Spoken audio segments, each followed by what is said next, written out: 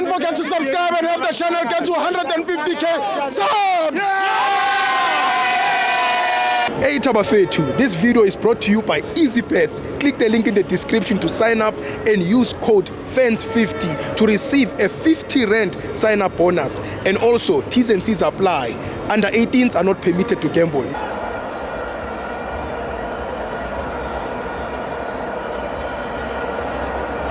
Welcome to Amafans Auto TV. It's the CAF Champions League. Mamelodi Sundowns 1, Pyramids 2. I'm joined by Mfana Semnambeti. It's Asanda. Hey, Stibo. Sure. Mnandi. Gimnandi. Gimnandi Stibo. No, Stibo sayibongela Pyramids Stibo. For ukuthola i-CAF Champions League for the first time. Ever since the team is established. Yeah. No, it's the biggest thing for Egyptian football. Luguti, besides Zamalek, Al Ahly, there's another star. A star team which is dangerous to African football. Yes. But Stibong is nje ukuthi Iran Sundowns to CAF Champions League final.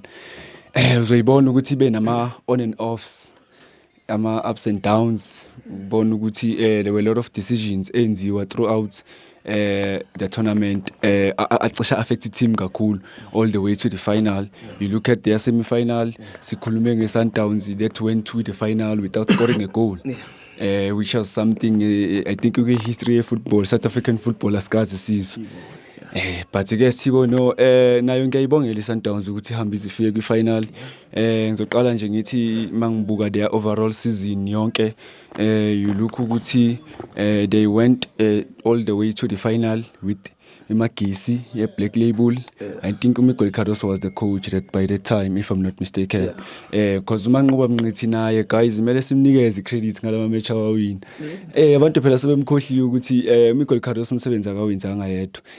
Mangoba mngithi there are some few games akhona ukwawina. There are some players akwazi ukwatshengisa kwi-Sundowns ukuthi this player is a star. You look at some players like Abodi Clark, just that I don't see them now.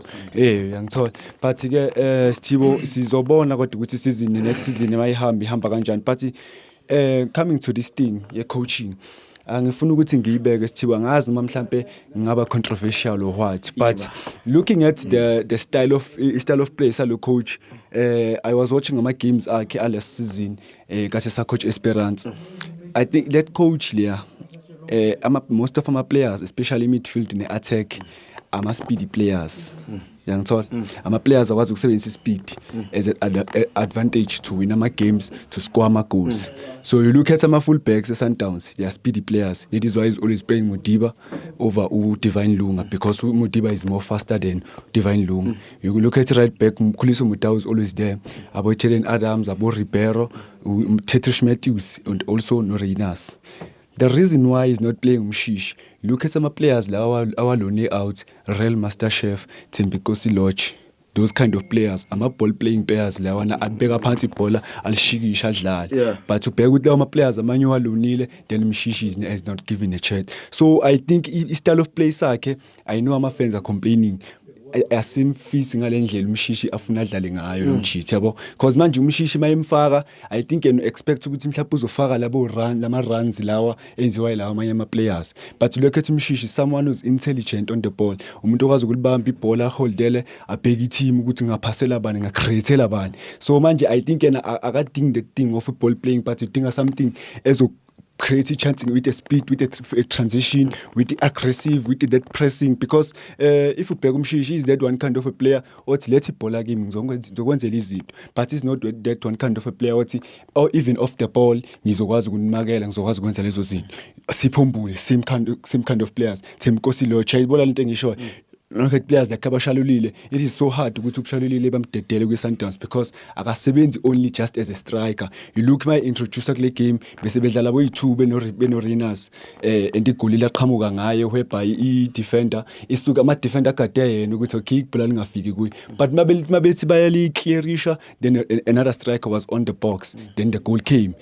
But unluckily besebemkhipha u-Renas ukuthi aye ebhentshini bafaka uLebo Mothiba, which I didn't understand ukuthi after so many usushilo uTebs ukuthi kanjena after so many days angadlali iball, why introducing me in the final? Sithiba ngisho ngayaphi izwini ukuthi akekho iplayer kuyafika kufinal yenza ama wonders ihlala isikhathi esingaka ingadlala ibhola.